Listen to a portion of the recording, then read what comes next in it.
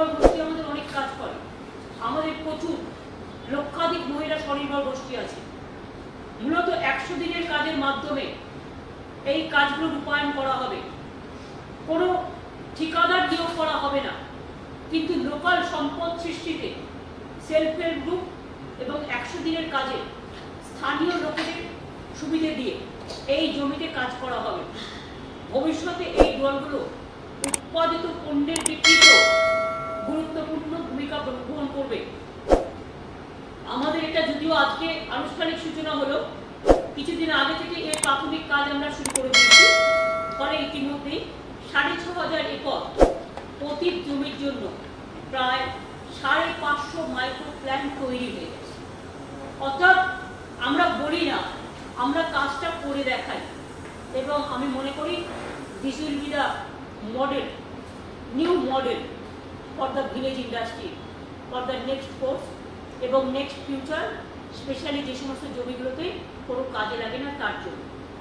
আমরা আর একটা মডেল করতে যাচ্ছি, বাংলায় প্রথম। আপনারা জানেন আমাদের অনেক বাইরে থেকেও প্রচুর মানুষ আসছে। ফলে করোনা যখন প্রথম শুরু হয়েছিল 17 মার্চ বাংলায় শুরু হয়েছিল, সেটাও একটা ফরেন লিঙ্কেজ ছিল এবং তারপর থেকে আমরা অনেকটা কন্ট্রোলে রেখেছি। কিন্তু যত লোকজন আসবে, যত বেশি লোকজন আসবে, যত বাইরের মিক্সিং আপ বেশি হবে, তত এটা বাড়বে। এটা আপনার হাতেও নেই, আমার হাতেও নেই। কারণ আপনারা দেখেছেন আমাদের 4টে গ্রিন জোন ইতিমধ্যে অরেঞ্জ জোন হয়েছে। যাক গিয়ে আমাদের চ্যালেঞ্জ থাকবে অরেঞ্জ জোনকে আবার গ্রিন জোন করা। তবু মনে রাখবেন, যারা প্রতিদিন বাইরে থেকেও আসছে তারা তো একটা জলবায়ু থেকে আসছে, একটা জায়গা থেকে আসছে। মুম্বাইতেও আমরা দেখেছি খুব কষ্ট করে তারা থেকেছে, হয়তো খেতেও পারে, ভালো করে ঘুমোতে পারে, ভালো করে বিশ্রাম নিতে পারে। সেম জিনিস হয়েছে গুজরাটে হয়েছে, দিল্লিতে হয়েছে, মুম্বাইতে হয়েছে, ব্যাঙ্গালোরে হয়েছে, অনেক জায়গাতে হয়েছে। ফলে ধরুন কি হচ্ছে, তাদের মধ্যে অনেকের শরীরটাও খারাপ হয়েছে, কেউ হয়তো সুস্থ আছে, কেউ হয়তো সুস্থও নেই, তাদের বিশ্রামও নেওয়ার প্রয়োজন আছে। কিন্তু জনসাধারণের গতি, এই আগত গতির ফলে এবং কোভিড মাঝে মাঝে ক্যারেক্টার চেঞ্জ করছে, যেটা আমরা ডেঙ্গুতে দেখি ক্যারেক্টার চেঞ্জ করে, ফলে আগাম গতি প্রকৃতি জানবার জন্য, সঠিক ধারণা পাওয়ার জন্য লকডাউন তোলার পর সম্ভবত পরিস্থিতির আগাম আঁচ পাওয়া এবং এই অতিমারিকে রোখার জন্য কার্যকরী ভবিষ্যৎ পরিকল্পনা স্ট্র্যাটেজি তৈরির জন্য পশ্চিমবঙ্গের প্রত্যেক জেলাতে একটা বিশেষ সার্ভে করা হয়। একে বলা হয় সেন্টিনেল সার্ভে। ভারতবর্ষের প্রথম রাজ্য হিসেবে পশ্চিমবঙ্গ এই সেন্টিনেল সার্ভের কাজ হাতে নিয়েছে। বিভিন্ন এপিডেমিক, প্যান্ডেমিকের বিরুদ্ধে লড়াইতে বিশ্বব্যাপী এটা একটা অন্যতম স্বীকৃত পদ্ধতি। অর্থাৎ এই পদ্ধতিতে আমরা কাজ শুরু করব। তার মানে বুঝতে পারছেন যে আমরা এই নেই নেই নেই এবং দুর্দশা, দুর্ভোগ, দুর্যোগের মধ্যেও আমরা কিন্তু আশার আলো চেষ্টা করছি জাগাবার। আরেকটা কথা আপনাদের আমি বলি, মুখে আমরা বলি না আত্মনির্ভর হতে হবে, আমরা আত্মনির্ভর হয়েছি কাজের প্রমাণ দিয়ে। করোনা হঠাৎ সাডেনলি এলো, অনেকেই দেখলাম ফরেন কান্ট্রিতে অর্ডার দিয়ে, পিপিই অর্ডার তো ফরেন কান্ট্রিতে, এখানে কিছু অর্ডারের জায়গাই ছিল না, কারণ পরিস্থিতি তৈরি ছিল না। মনে রাখবেন, whole country started placing orders with multinationals and foreign companies. কিন্তু আমরা কি করেছিলাম? আমরা সে সময় ঘরে বসে থাকি, আমরা আমাদের এমএসএমই এবং সেলফ হেল্প গ্রুপকে কাজে লাগিয়েছিলাম এবং ওয়ার্ল্ড হেলথ অর্গানাইজেশনের standard protocol, quality control mechanism place করেই কাজটা আমরা করেছি এবং আমরা কোয়ালিটি মেটেরিয়াল তৈরিও করেছি। রেজাল্ট কি পাওয়া গেল? এই 2 মাসে সব তো বন্ধ, কোনো রোজগার নেই, ইনকাম নেই, কিচ্ছু নেই। কিন্তু দেখুন আমরা কি তৈরি করলাম, 7.5 লাখ মানে 7.5 লাখ পিপিই আমরা তৈরি করলাম। আমরা 45 লাখ মাস্ক তৈরি করলাম। আমরা 2.6 লাখ লিটার যেটা আমাদের সেলফ হেল্প গ্রুপ এবং নানা রকম ইনস্টিটিউশনের মধ্যে দিয়ে, MSMEর মধ্যে দিয়ে মাত্র 2 মাসের মধ্যে, এর ফলে কি হলো, 13.2 লাখ ম্যান্ডেটস ক্রিয়েটেড হলো এই বন্ধ দশার মধ্যেও, এবং additional 8.5 lakh mandates will be generated in the next 15 days.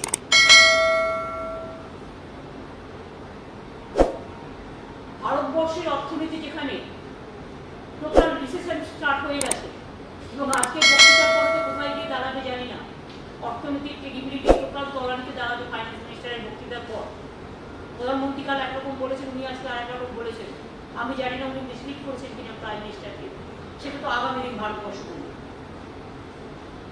এবং আরেকটা জিনিস আপনারা জানবেন, best part of this ম্যান্ডেটস created এবং তৈরি করা পিপিই মাস্ক থেকে শুরু করে হ্যান্ড স্যানিটাইজার, আমরা 30 থেকে 50% ফান্ড লোকাল প্রোডাকশনের মধ্যে দিয়ে পাচ্ছি। অর্থাৎ এই যে বলি না সারাক্ষণ আমরা, করে দেখাতে হবে বন্ধু, মুখে বললে বড় বড় কথা ভাষণ দিলাম, রেজাল্ট হলে শূন্য, এটা তা নয়। এই 3টে কাগজও আমি সৌম্যকে বলবো যে এটা প্রেসকে দিয়ে দাও যাতে ওরা ডিটেলসটা পায়। সুতরাং বুঝতে পারছেন, আজকে একই দিনে আমরা 3টে সৃষ্টি জিনিস দিলাম, আর একই দিনে আমার কাছে ভাগ্যিস থালা নেই এখন, আর আমি খালি থালাটা নিয়ে বসে থাকতাম। মানুষকে এত ফেলা ভাবার কোনো কারণ নেই। রাজ্যগুলোকে নিষ্পেষণ করে, রাজ্যগুলোকে রাজনৈতিক দূষণ করে, রাজ্যগুলোকে অর্থনৈতিকভাবে সর্বনাশ করে দিয়ে ভারতবর্ষ কি করে দাঁড়াবে? ভারতবর্ষ তো দাঁড়াবে, রাজ্যগুলো হচ্ছে তার পীঠস্থান, রাজ্যগুলো হচ্ছে তার পিলার। ফেডারেল স্ট্রাকচারে রাজ্যগুলো মনে রাখবেন প্রোগ্রাম ইমপ্লিমেন্ট করে, রাজ্যগুলোই মানুষকে বাঁচিয়ে রাখে, দুমুঠো চাল থেকে শুরু করে সব দেয়। আমরা 52,000 কোটি টাকা এমনিতেই পাই, তার 1 পয়সা তো দেওয়া নেই, উপরন্তু কিচ্ছু পেলাম না। এটাই আপনাদের কাছে বললাম, এবং অমিত মিত্র কিছুটা আপনাদের বলেছেন। এরপর যদি আপনাদের কিছু কোয়েশ্চেন করার থাকে, আমি ফাইন্যান্সিয়াল এক্সপার্ট, বাট আমি যতটুকু বুঝতে পেরেছি একটা সাধারণ মানুষ, যেহেতু একটা গভর্নমেন্ট চালাই, কিছুটা অভিজ্ঞতা তো আছে। আর এই গভর্নমেন্ট চালানোর আগে আজকে মনে রাখবেন, আজকে কিন্তু আমার কাছে খুব ইম্পর্টেন্ট, মাটির সৃষ্টি। অর্থাৎ আজকে 2009 সালে, 2011 সালে 13ই মে আমাদের মামাটি মানুষের সরকার প্রথম ক্ষমতায় এসেছিল। তাই আজকে মাটির সৃষ্টি বলুন, কর্মসৃষ্টি বলুন, আর ভবিষ্যতের সৃষ্টি বলুন, যা আমরা করে দেখিয়েছি, যা আমরা করছি, এটা আমাদের কর্মদিগন্তকে উন্মোচন করবে। কিন্তু সাথে সাথে এটা ঠিক যে আমাদের গ্রামীণ অর্থনীতিকে চাঙ্গা করতে হবে, গ্রাম্য জীবনকে আরও বেশি অ্যাক্টিভেট করে, যাতে গ্রামে গ্রামে অর্থনৈতিক বিপ্লব তৈরি হয়, গ্রামের মানুষের পাশে দাঁড়িয়ে লড়াই করে গ্রামের মানুষ আগামী দিন শহরের মানুষকে ফিট করবে। তার কারণ শহরে চলবে কোথায়? একে তো লকডাউন, সব বন্ধ, তারপর লকডাউনের পর কি ভবিষ্যৎ কি? না আছে বিপদ, না আছে আপদ। এই পর্যন্ত আমার বলা ছিল, আমি বললাম। কাল পরশু নবান্ন যেহেতু স্যানিটাইজ হবে, তাই কোভিডের ব্যাপারটা আলাপ আপনাদের ওদের বুলেটিনও হবে, এবং আপনাদের বুলেটিন দিয়ে দেবে, এবং শনিবার দিন আলাপন আবার প্রেস করলে আরও অনেক তথ্য আছে বলবে, একদিনই সব বলে দিলে আপনারা কাজে এই পর্যন্ত ছিল আমার কথা। এবার আপনাদের জিজ্ঞেস করা থাকবে আমাদের, যেটা আমি পারবো। দিদি আশা করি বলছি, দুটো ছোট প্রশ্ন। একটা হচ্ছে, প্রধানমন্ত্রী কালকে বলেছেন যে আত্মনির্ভর ভারত করতে হবে, কিন্তু রাজ্যগুলো বঞ্চিত হচ্ছে। তাহলে এটা কি পরস্পর বিরোধী নয়, যে রাজ্য বঞ্চিত আবার দেশ কি করে আত্মনির্ভর হবে? আর দ্বিতীয় প্রশ্ন, দেখুন, আর দ্বিতীয় আর একটা, আগে আমরা প্রথম প্রশ্নের উত্তর দিই। একটা পরিবার তৈরি হয়, বাবা মা গার্জেন, ছেলে মেয়েদের মানুষ করে বাবা মায়ের, তাদের শিক্ষা দেয়, তাদের সংস্কৃতি দেয়, তাদের বড় করে, তারা আবার বড় হয়ে বাবা মাকে দেয়। এখানে ফেডারেল স্ট্রাকচারে central government is just like our parent organization, and state governments are the children. Everybody is deprived. তো পিতামাতা ভালো থাকে, মা বাবা, যদি বাচ্চারা ভালো না থাকে, ছেলে মেয়েরা ভালো না থাকে, বক্তৃতায় শূন্য দিয়ে সব কিছু হবে। আপনি আইটিতে ইডিয়েটিক সেলের মতো কিছু কিছু আইটি সেলের মাধ্যমে দেখছি পলিটিক্যাল যত মিথ্যে কথা বলছে, আপনাদের চ্যানেলের নামও তো মিথ্যের ছিল আছে। এক একটা চ্যানেলের ছবি দিচ্ছে আর দিয়ে বলে দিচ্ছে। আমি বললাম সকালবেলায় 10ই জুনের মধ্যে আমাদের ICDS খুলবে, আর ও একটা এবিপি আনন্দের একটা চ্যানেলের ছবি দিয়ে মিথ্যে কথা, ফেক। এবিপি আনন্দ এটা করেনি, বলে দিল 20 জুলাই মাসের পরে সব স্কুল কলেজ খুলবে। এটা কাজ।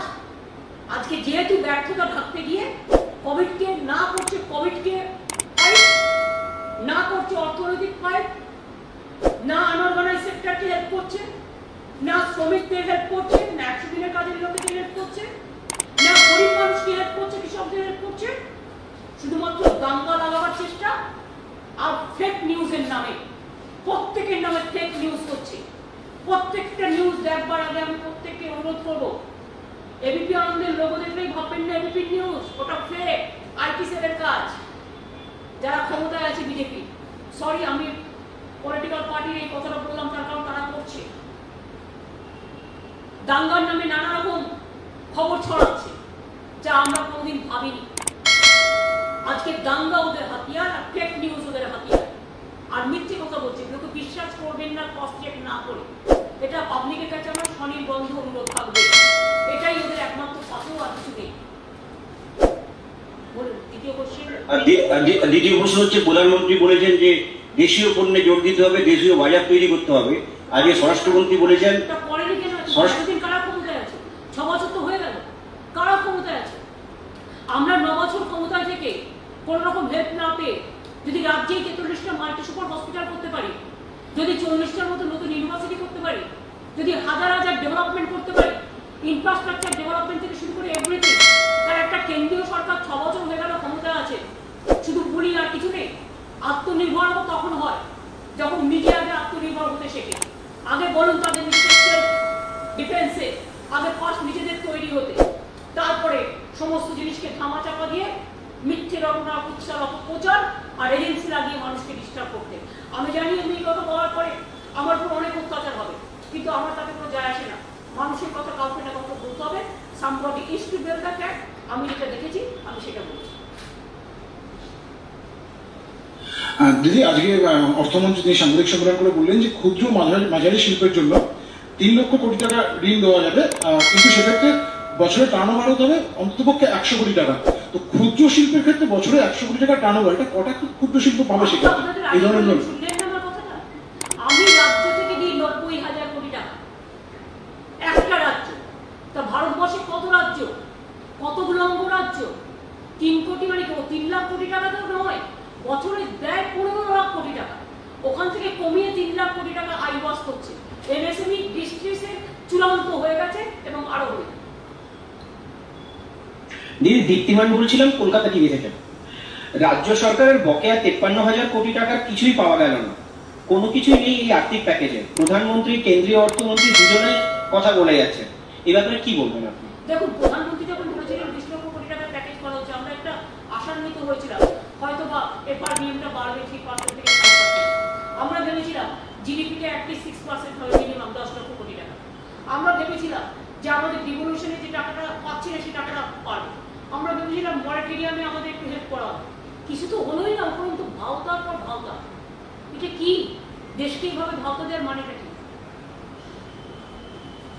দিদি, আরেকটা প্রশ্ন আছে, সেটা হলো পরিযায়ী শ্রমিকরা মাইলের পর মাইল হাঁটছে, অথচ বিজেপি শাসিত যে রাজ্য রয়েছে সেখানে শ্রম আইন পরিবর্তন করার কথা বলছে, কি বলবেন? আমি তো দেখেছি কোন কোন রাজ্য অর্ডিন্যান্স করেছে এবং সেক্ষেত্রে শ্রমিকদের কাজ 8 ঘন্টার জায়গায় 12 ঘন্টা করেছে, 14 ঘন্টা করেছে। মানে শ্রমিকরা বলতে পারবে না যে আমি ক ঘন্টা কাজ করবো।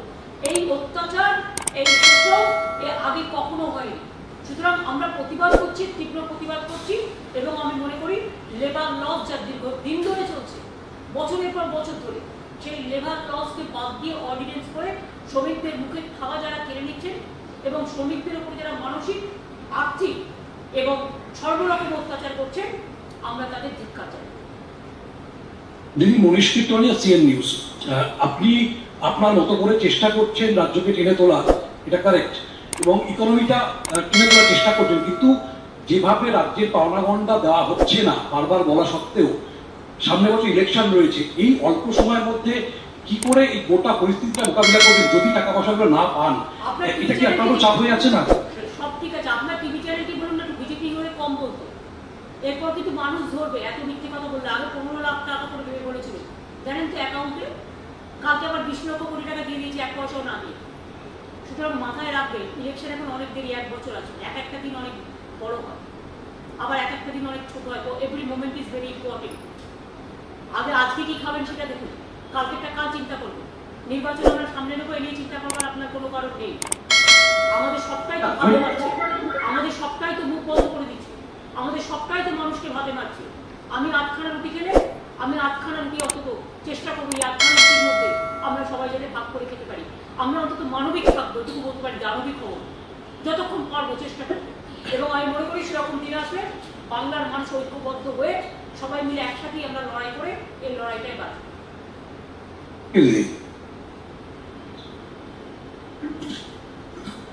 দিদি, আমি সঞ্জয় গাঙ্গুলি বলছিলাম। 15,000 তো কিছুই পাই, নোটবন্দির সময় বলা হয়েছিল, কিন্তু করোনার যা ক্ষতিগ্রস্ত শিল্পের সঙ্গে যুক্ত বা ক্ষুদ্র শিল্প সব মিলিয়ে বিভিন্ন রকম পরিযায়ী শ্রমিক সবাই আমরা চলে আসছি, ছোট বড় সব, তাদের হয়ে একটা কথা আপনি কি বলবেন? আরেকটা জিনিস শুনলাম আজকে আপনি যে বিএমদের মিটিংয়ে বলেছেন এরকম যে বিমা বাড়ানো হচ্ছে, 31শে মে ছিল ওই দিন, এটা কি ঠিক? একটু বলবেন তাহলে একটু, যে করোনায় যে বিমাটা আপনি বলেছেন। হ্যাঁ, করোনা যেটা ওই আপনারা সবাই হ্যাঁ বিমা, হ্যাঁ ঠিক, করা হয়েছে। এটা বিমাটা বাড়া হয়েছে ডাক্তার, সিস্টার, না তারপরে আমার হেলথ ওয়ার্কার, মিউনিসিপাল, মানে যারা কাজের সাথে আছে কোভিডের সাথে, ইনক্লুডিং সাংবাদিকরাও, পুলিশরাও, বিমাটা বাড়িয়ে জুলাই পর্যন্ত করা হয়েছে, 31শে জুলাই পর্যন্ত করা হয়েছে আপাতত। স্কুল না, স্কুল তো 10 দিন বললেন, স্কুল তো বলে দিয়েছি, হ্যাঁ পরে দেখে নেবে, এটা এডুকেশন ডিপার্টমেন্ট দেখে নেবে। এখন পর্যন্ত আইসিডিএস বন্ধ থাকবে আমরা বলেছি। স্কুল এডুকেশন কবে চালু হবে? জুন মাসের প্রথম সপ্তাহের পরেই হবে। এটা এডুকেশন ডিপার্টমেন্ট ঠিক করবে। ট্রান্সপোর্ট কিন্তু আছে, ট্রান্সপোর্ট পলিসি করবে, প্ল্যান করবে, ওরা আমাকে জানাবে। হ্যাঁ দিদি, আজকে আমি সুব্রত বলছি, এই সময় আর হচ্ছে জল বড় জল দুটোই অনেক হাজার কোটি টাকা দেওয়া হয়েছিল ভালো করে এই কাজটা করা। দিদি, আপনি তো বাস চালিয়েছেন, আমি সুব্রত বলছি এই সময় থেকে। আজকে থেকে বাস, সরকারি বাস রাস্তায় নেমেছে, কিন্তু বাসের 20টা যাত্রী রক্ষা করা হচ্ছে না, অনেক বেশি লোক যাত্রী হচ্ছে এবং সেই নিয়ে একটা ব্যাপক আওয়াজ হচ্ছে। এটা তো দেখুন পাবলিকের কাছে আবেদন থাকবে, এটা তো আমাকে আমার ভালো বুঝতে হবে। একটু ওয়েট করলে যদি আমি করোনা থেকে বাঁচি, 20 জনের বেশি পৌঁছলে তার আমাদের বাস চালুটা বন্ধ হয়ে যাবে, এতে ক্ষতি হবে তাদের। আমি প্রত্যেককে বলবো, পাবলিককে প্লিজ ধৈর্য হারাবেন, বাজারে যান, একটু দূরে দাঁড়িয়ে, দুহাত দূরে থাকুন না, কি অসুবিধা আছে, একটু না টাইম লাগবে, অন্তত জীবনের থেকে তো সেটা বড় নয়, সেখানে তো আমরাও নানা রকম রিল্যাক্সেশন করছি। সুতরাং এটা বলবো, বাসে 20 জন অ্যালাউ করা হচ্ছে স্টেট বাসে, কারণ এটা গভর্নমেন্টের সাবসিডি দিয়ে চালাতে হচ্ছে। যে বাসে আগে 50-60 জন চলত, মাত্র 20 জন সাবসিডি দিয়ে চালু করা হয়েছে। কিন্তু কোঅপারেশন না থাকলে আমরা কি করে চালাবো বলুন? কন্ডাক্টরের কথাও শুনছে না তারা, এবং তারা খুব ইনসিকিউর ফিল করছে। কন্ডাক্টরের কথা না শুনলে, ড্রাইভারের কথা না শুনলে, তাহলে বাস ডিপার্টমেন্ট ঠিক করবে, ট্রান্সপোর্ট ডিপার্টমেন্ট ঠিক করবে না করবে, ঠিক করে দেবে, আস্তে আস্তে ঠিক হয়ে যাবে। আমার মনে হয় আস্তে আস্তে বুঝবে, যত দিন যায় বুঝবে। তোমরা একটা অ্যাডও করবো। দিদিমণি, দুটো কথা। একটা ব্যাপার, আপনি চালু করেছেন পাড়ায় পাড়ায় চায়ের দোকান, এবং সেটা বলেছেন আপনি যে চায়ের দোকানে চা বিক্রি করা যাবে না, বাড়িতে নিয়ে যেতে হবে। সেটা সকাল থেকে দেখা যাচ্ছে সমস্ত চায়ের দোকানে চা বিক্রি হচ্ছে, কেউ বাড়ি নিয়ে যাচ্ছে। চা বিক্রি করে চাটা নিয়ে গিয়ে বাড়িতে গিয়ে খাবে। আমরা বলেছি চায়ের দোকানে দাঁড়িয়ে, হ্যাঁ 2-3 জন থাকলো ঠিক আছে, তার বেশি আমাদের যে 7 জন লিমিটেশন আছে, তার বেশি থাকলে আমরা কিন্তু অ্যাকশন নেবো, এবং দরকার দোকানটা বন্ধ হয়ে যাবে, তাতে লাভটা কাটবে। আমরা তো চেষ্টা করছি বিজনেসটা চলুক, শুধু চায়ের দোকান না, সব খাবারের দোকানই চলুক, কিন্তু খাবারটা বাড়িতে নিয়ে গিয়ে খাও, দোকান থেকে কিনুন। আলুর চপ মুড়ি শুধু না, সব খাবারের দোকান চালু থাকুক না, কিন্তু শুধুমাত্র দেখতে হবে যে খাবারটা যেন ওখানে দাঁড়িয়ে না খেয়ে, রেস্টুরেন্টে না খেয়ে, ওটা বাড়িতে নিয়ে যাওয়া। আরেকটা কথা দিদিমণি, প্রতি বছর প্রচুর ডাক্তার পাস করে, এবং আপনিও অনেক ডাক্তারদের সুযোগ সুবিধা দেন। এখন একটা জিনিস দেখা যাচ্ছে, গত কয়েক বছরে পাড়ার ডাক্তাররা বাড়িতে কল দিলে আসছেন না, এটা উঠিয়ে দিয়েছে। আগে ভিজিট দাও। আপনার সব উত্তর তো আমি দিতে পারবো না, এরকম খবর আমরাও পাচ্ছি, বাট এটা তার নিজস্ব ব্যাপার। আস্তে আস্তে নিশ্চয়ই তারাও করবেন, তারাও হয়তো ভাবছেন যে করোনা রোগীরা চলে আসে, হয়তো এরকম ধরনের দৃষ্টিভঙ্গি আছে। আস্তে আস্তে যত দিন যাবে, করোনা যেমন মাস্কটা আমাদের নিত্যদিন হয়ে গেছে, সেরকম মনে রাখবেন যে আমাদের যারা মাঠে ময়দানে কাজ করবে তাদের একটা করে গ্লাভস নিতে হবে, এবং আস্তে আস্তে সবাই বুঝবে যে করোনাকে ফাইট করতে হবে, করোনাকে ভয় পেলে চলবে না, এবং করোনা হারবে, বাংলা জিতবে, এটা বিশ্বাস, মানুষ জিতবে। Madam madam madam hello madam, Pritesh বলছিলাম মিলেনিয়াম পোস্ট থেকে। আমাদের 4 মাসের মধ্যে তো আপনার যে মিলেনিয়াম পোস্ট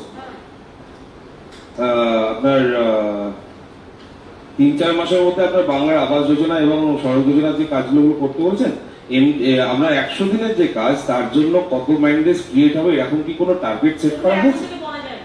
বাংলা 100 দিনের কাজে প্রথম থেকে প্রতিবারই বাংলা আবাস যোজনা, বাংলার গ্রামীণ সড়ক যোজনা সব কিছুতেই আমরা বলছি ম্যান পাওয়ার বেশি করে লাগিয়ে কাজগুলো করতে, যত জব ক্রিয়েশন হবে তত ভালো। জব ক্রিয়েশনে যেন কোনো কার্পণ্য করা না হয়, এটা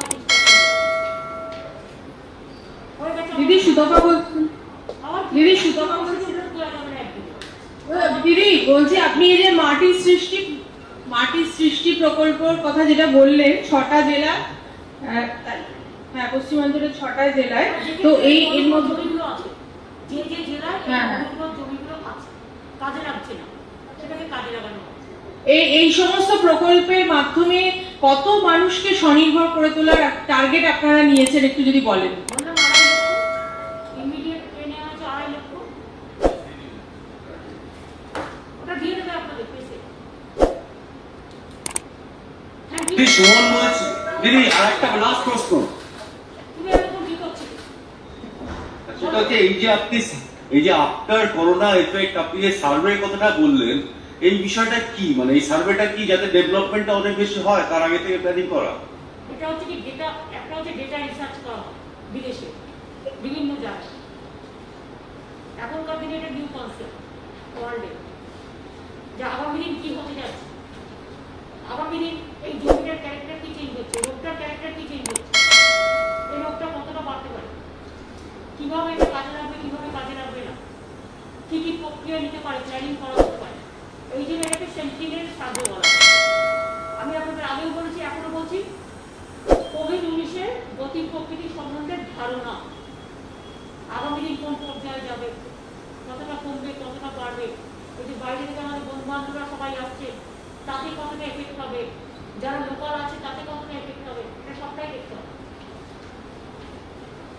সেন্টিনেল সার্ভে, ঠিক আছে?